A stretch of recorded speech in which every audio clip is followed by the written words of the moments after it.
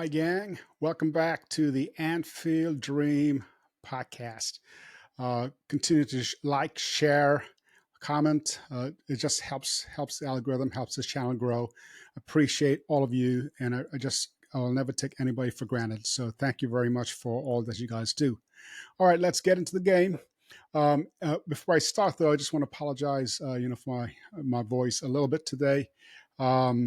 I've had a very rough couple of weeks with health challenges, ongoing health challenges, but nevertheless, I'm committed to be here and excited to share my thoughts, on all things Liverpool. So the game was quite interesting. There were a lot of, flashpoints.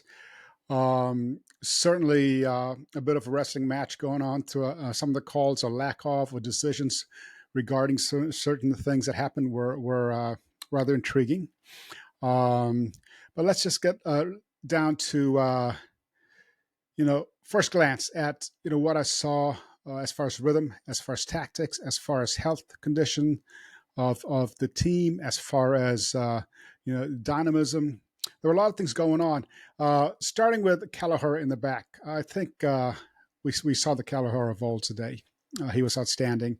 His distribution was great. His vision was good. He had a couple of moments, yes, but he had a couple of big saves as well. So yeah, all in all, well done, Kelleher. Now let's look at the back line. As far as Robo, he is definitely getting back. He was doing Robo what Robo does, and Van Dijk.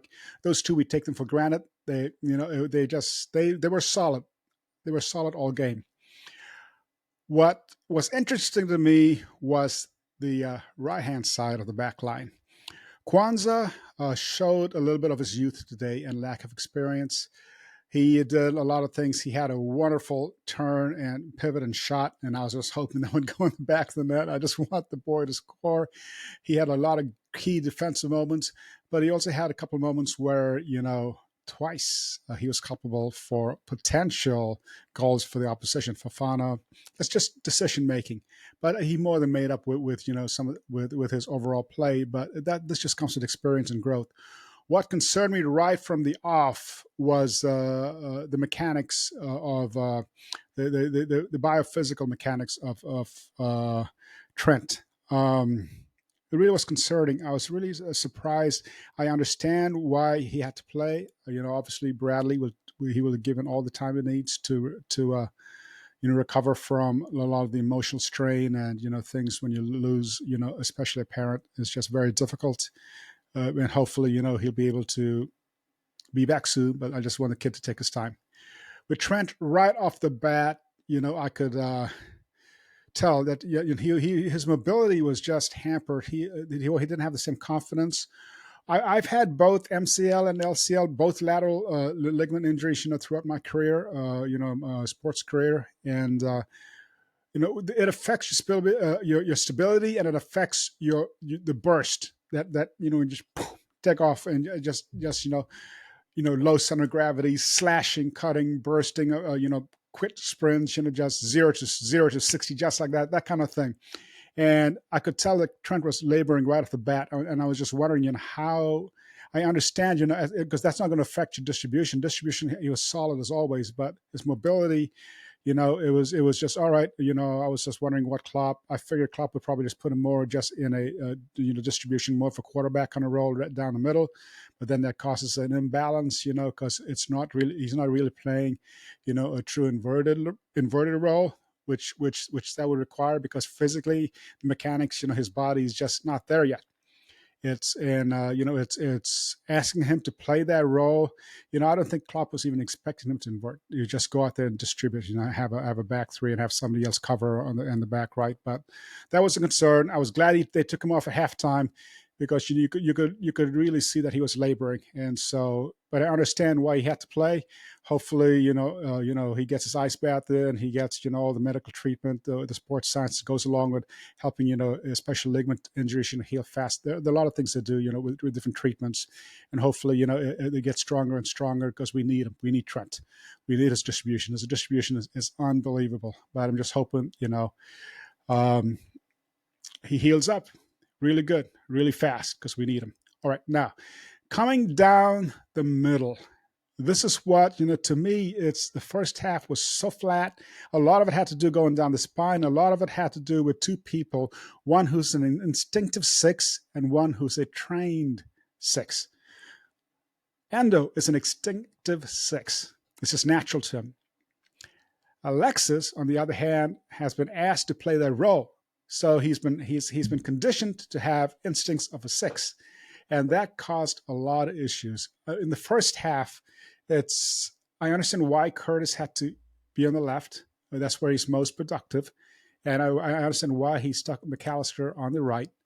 Personally, if we had the option, I would have McAllister on the left, and we will get into that, in a little bit, because you will see the changes that happened, in the second half. So what happened in the first half? It caused a lot of imbalance because you had both guys all the time, almost like so many times they were almost getting in each other's way, and it was just there, and McAllister was just literally feet from him, and that caused an issue. So there was a little bit of imbalance there.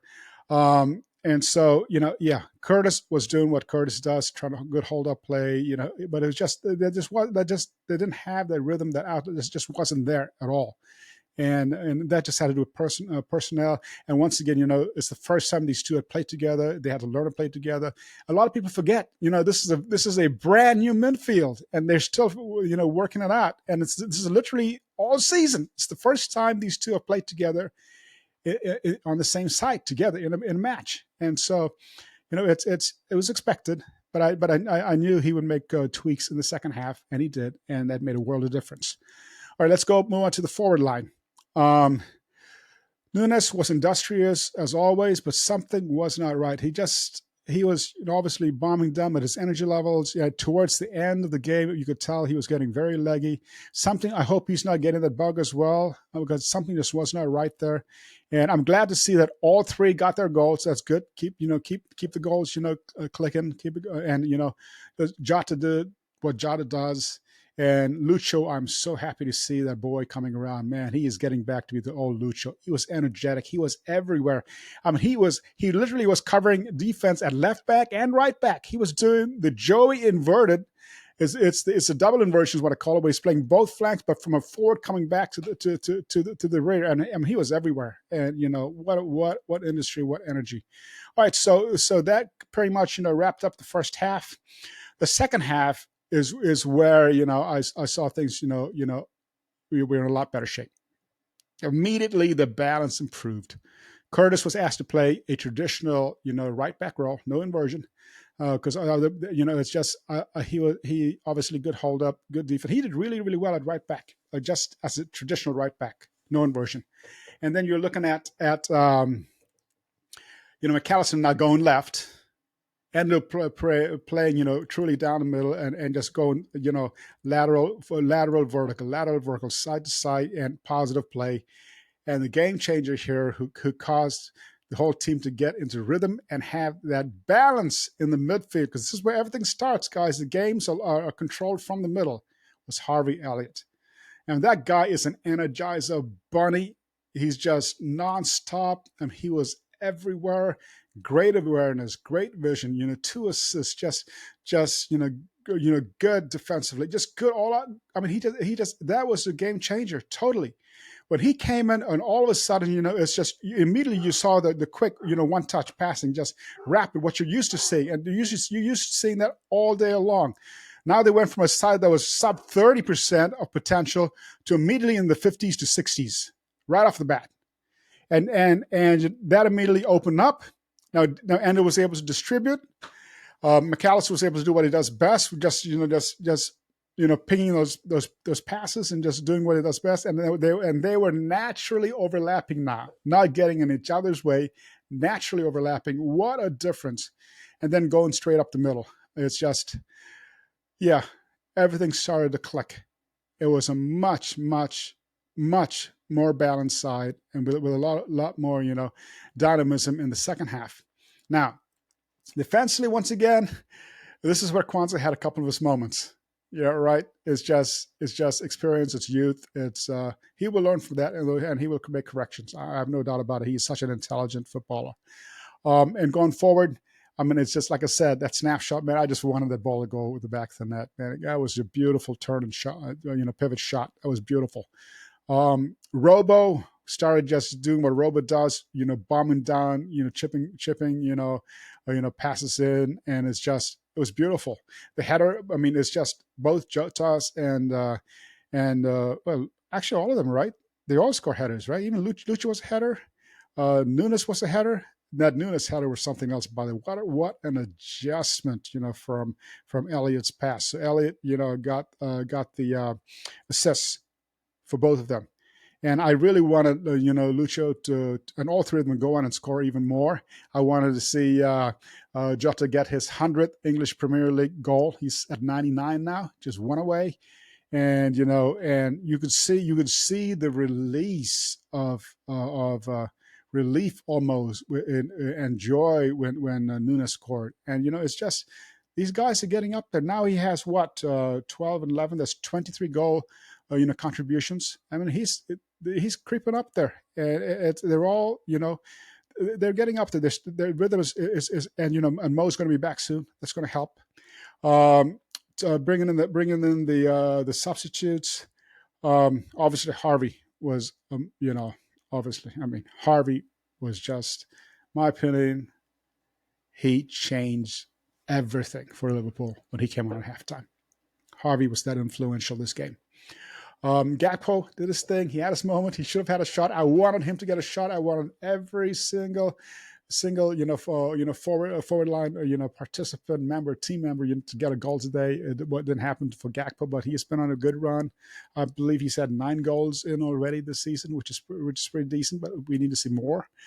Bringing on the kids, it's just instant energy, instant confidence. In fact, it dialed up instead of dialing down. I know they had a very brief cameo, but McConnell doing and Bobby doing both those kids just doing what they did. I mean, and Simi coming on instantly on and good delivery from the corner right off the bat, coming in cold. I mean, it was good. It was good to see, considering the adversity, considering the bug that's been going on, and the last minute call with Allison coming off, have not been able to play because of illness.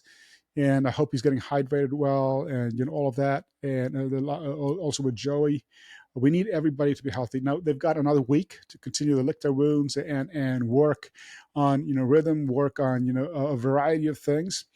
We talked about the Arsenal game, being a good data-rich game. There was a lot of good data here as well. They will really be looking at how to better incorporate the combination of having 2 sixes. Or the overlaps, or just have them share the role. Or I liked McAllister playing up left, and it's that McAllister, Endo, Elliott. That was very good balance there. I really liked what I saw. And Curtis, man, he just stepped up on right back. Like I said, I was impressed. So yeah, all in all, I was very happy. I was very pleased.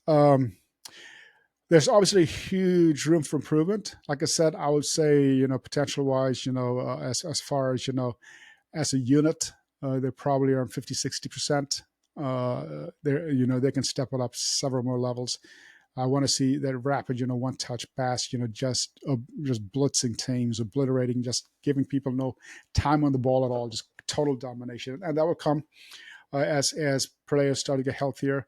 I really hope, I know they're going to be giving Trent all the help he needs with making sure that lateral ligament, heals up good and strong and fast. Typically these kind of injuries, depending on the grade, when I remember having a lateral injury, my left knee was a grade 3, and that took, I came back, within a week or two, was mobile again, but it literally took, a few months before it was strong enough where I could slash and, low gravity and really put a lot of torque on that. These are torque injuries. When you get stuck in and you take, football is a contact sport. And when you get stuck in and you take a heavy challenge or a heavy, an overload or hyperextension, to the knee because of an overload or an impact injury, that's when these lateral ligaments tend to tear, and that's what happened to Trent. And obviously, he was out a bit, so it doesn't.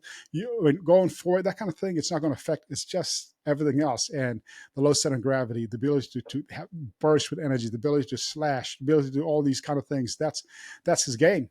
And when you can't put that kind of torque on that ligament, it's the right balancer of the knee. You have your MCL and your LCL, right? The left, right. So that's what helps you balance and get low and all of that. And so, yeah, that takes a little while. That takes a little while to heal. So we just hope he heals up, rapidly. And I really, really hope to see Mo back, getting some time for Brentford. So all in all, we're back.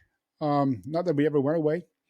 I mean, that Arsenal thing was just a one-off. It was just it happened. Learn a lot from it. Let's move forward. Let's start ticking them off again.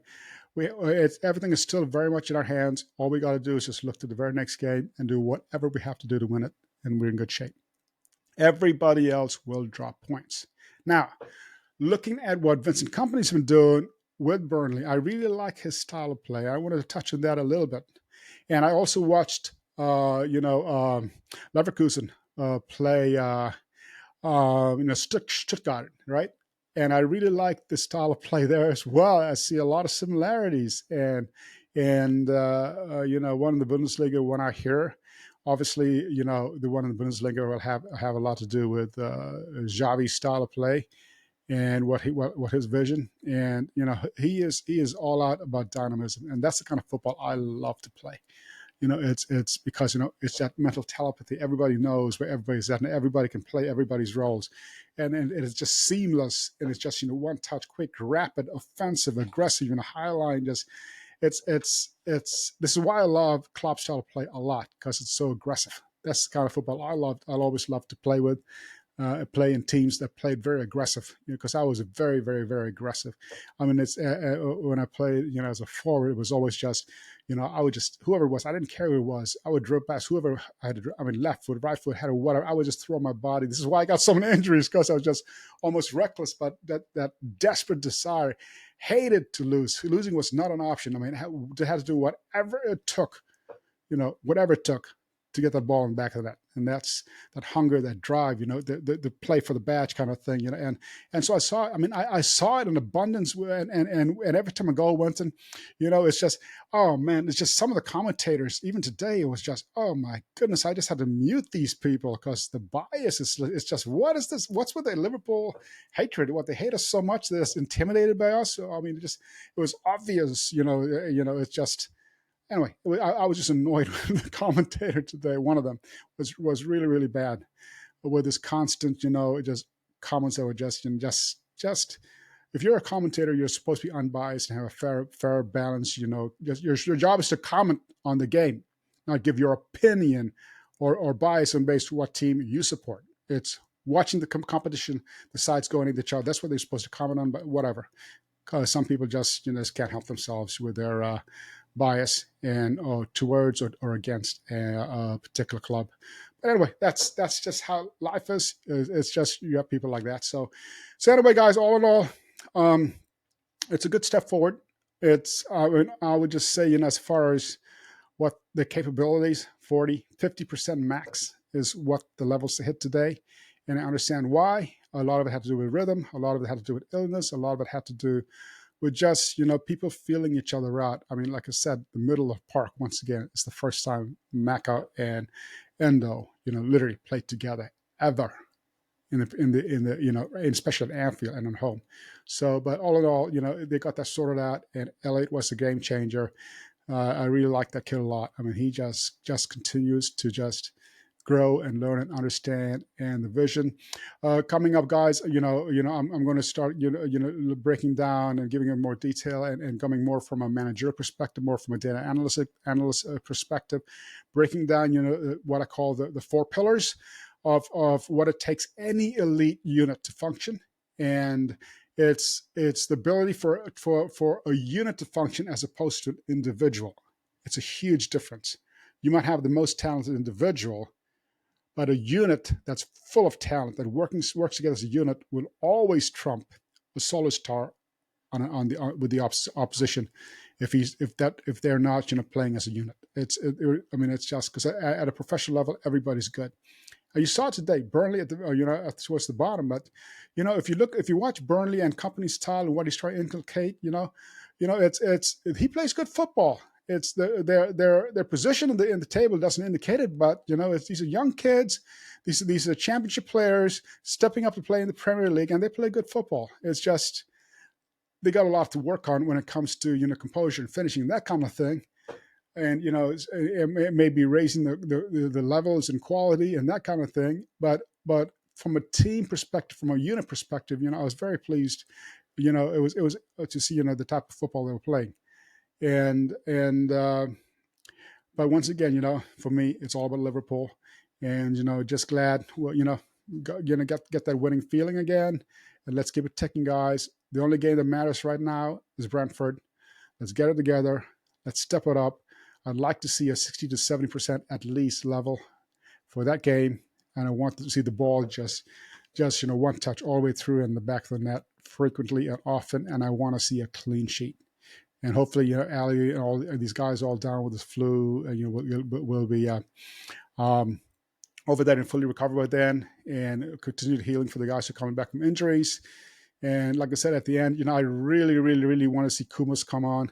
I was surprised, because that kid has been tearing it up in the U21s. I mean, in the academy, he has been absolutely tearing up. I even referred to this, one of the previous podcasts. There were three of the kids that are really tearing up, and Kumas has been tearing it up.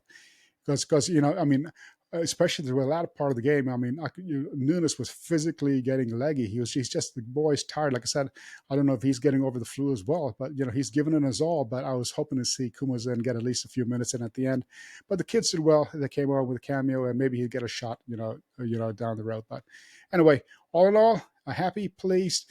You guys have a blessed rest of the night, wherever you might be, or evening or day, wherever you might be on planet Earth.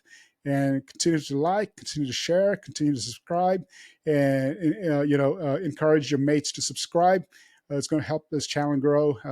Get our metrics up. Like I said, we're working on various platforms to try and get things even better for you. And hopefully my health holds up. And I'm able to have enough energy to bring all this to you guys. So God bless. Have a great day, night, wherever you might be, and you will never ever ever walk alone. Liverpool strong, baby. Let's go.